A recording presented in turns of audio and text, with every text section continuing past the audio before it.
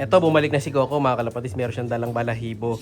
Kaso, hindi nga yan yung binibigay ko. Ang gusto kong tamputin niya is yung mga sanga ng tabako. Ayun oh, nakakalat lang doon oh. Siya si Idol Madla, nakakahanga, may mga hawak, gandang linyada. Ika'y inspirasyon kung bakit hanggang ngayon ako'y palaging kumakarera. Ngayong araw mga kalapatids, ito lalagyan natin ng tobacco stalk sa itong si Coco mga kalapatids. Para sa ganun, meron siyang pangbigay sa magiging anak niya saka sa pugad na binabantayan niya. So dito galing yon mga kalapatids. Ayan, oh. Sa long tobacco stalks. Ayan. Siyempre hatid sa atin yan ng Royal Feather. So sila din yung gumawa nung papaligo ng kalapate, yung blue bath salt mga kalapatids. Ito yun. Ayan. So proudly Philippines yan mga kalapatid. Sulit na sulit para sa mga kalapati natin. So ngayon, ang gagawin natin is lalagyan nga natin ito si Coco pati sa loob. Pero parang natatakot siya, no? Kala niya yata bulate. So itayin natin siyang pumasok ngayon. Ayun siya oh. Uy, tara na!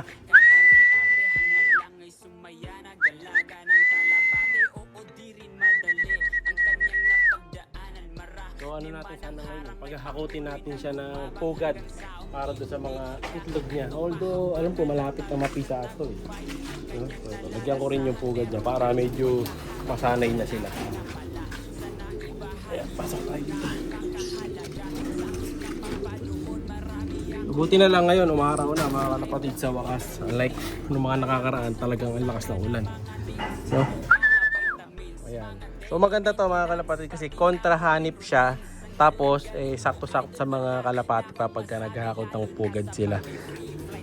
So nagpunta, nagronda-ronda na siya mga kalapati. Hayaan muna natin siya. Ito lalagyan natin. Konti lang kailangan nito mga kalapati, hindi kailangan marami. No, yung sakto lang sa pugad ng mga kalapati. O ayan oh. Lalagyan na natin si Wantay. Dahil sa itlog nila, siyang nagbabantay.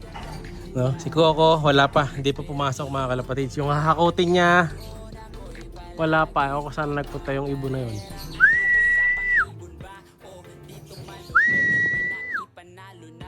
Ganda nga yata. Nawala oh. Hindi na lumabas eh. So yung mga natira doon, bukasan natin.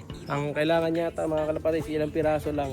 Kasi hindi siya sanay na nakikita pa tong ano natin, tabacos to. So lagay din natin sa ibang ibon.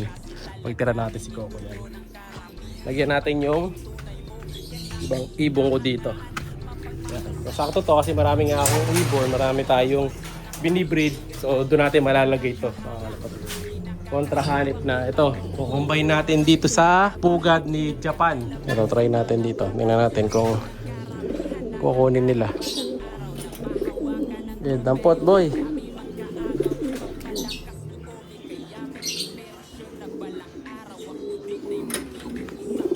Ayan mga kalapatid, so ayan, tinutukan na ng mga breeder natin. Ayan, ganyan ang gamit nung tobacco stalks mga kalapatids. Pangsalay ng mga ibon natin, tapos kontra hanip pa. So di magkakahanip yung mga kalapati nyo. Saka napakaganda ng benefits nyan. So yung mga moisture tinatanggal. So ito lalagyan natin yung full na benefits yung gamit yan mga kalapatids. Maganda yan. So dito, tingnan natin kung subuan din nila. Lagyan muna natin na isa. Sanayin muna natin sila sa amoy. Kasi bago lang mga kalapati. Alam nyo naman mga kalapati, masiselan yan. Gusto nila kung ano lang naamoy nila una. Yun lang palagi. Sino pa ba pwedeng bigyan ko dito? Ng mga ibon natin. Kailangan dito may mga may itlog eh. Ito. May itlog. Bigyan natin ta mga kalapatids. Ito yung nabasa ng ano mga kalapatids na nakaraan eh. Ayan o. Diba? Usually mga barako, mga kalapatid, yung naghahakot talaga niyan.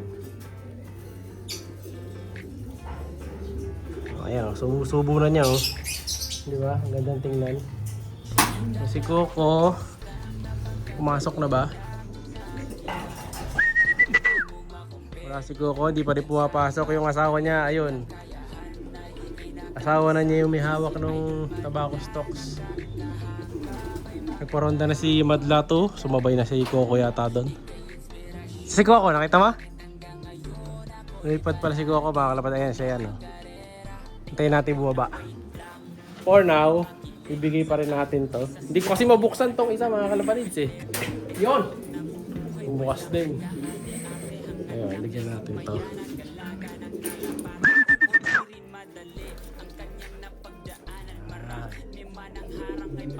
Yan yung bago natin pugad, malalim, sakto yan. Sara natin to. Sara natin maayos kasi baka tumakas eh. Okay na mga kalapatids, ganun lang pagbibigay na itong tobacco stocks. Wait lang natin si Coco mga kalapatids na bumaba.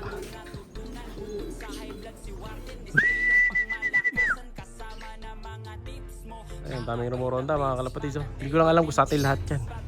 O baka sa kapitbahay na yan. Yung next batch, ayun, may isang na-aksidente dyan eh. Update ko kayo sa susunod na araw, gagawa natin ng content. No? So ito, lagyan natin doon. Yan. Sa kabila yun, hindi sa atin yung mga kalapatids yung moron doon sa kabila. Hindi sa atin.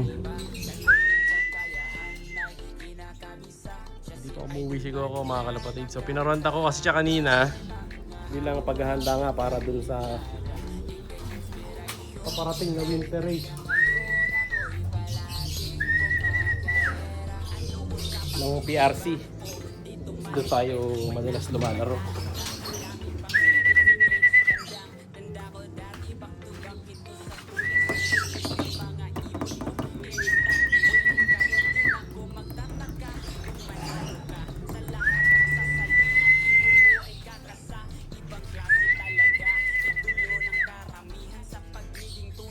Boy, nakatambay pa to mga kalapatids eh.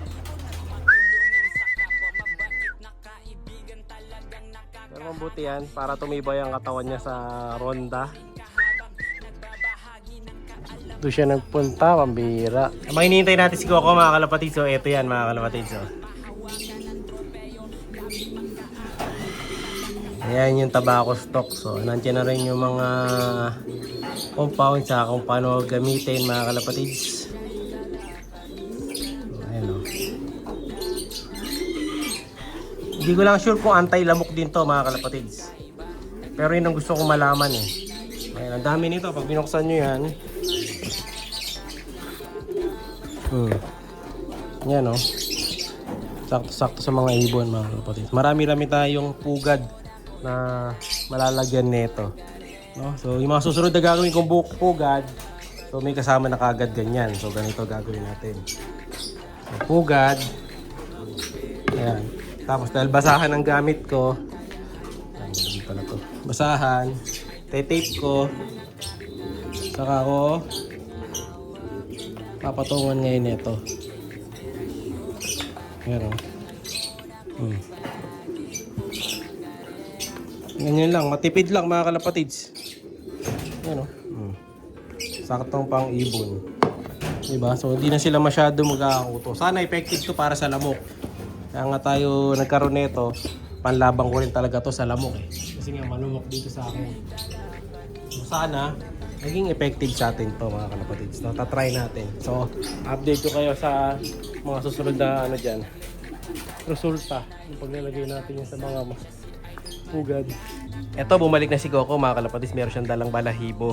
Kaso, hindi nga yan yung binibigay ko. Ang gusto kong tamputin niya is yung mga sanga ng tabako. Ayun o, nakakalat lang doon o.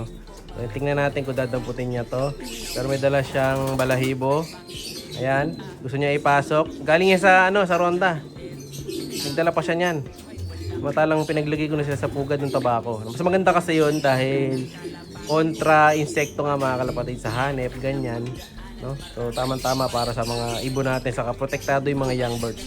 So malamang kontra lamok din eh. Kaya gustong-gusto ko ting matry eh. O kaya lang natin siya ipasok na yan. Tapos bigyan natin sa loob ng tobacco stocks. Okay, pasok boy. Alright, pasok na siya. Bigyan natin ng tabako. Ito yung bibigay natin mga kalapatids sa alaga ko na si Coco. Ayan. Para paglimlim niya, saka yung mga anak niya sa pugad, eh healthy sigurado. Oh, lagay lang natin dito. Kaya natin siyang magdampot-dampot niyan.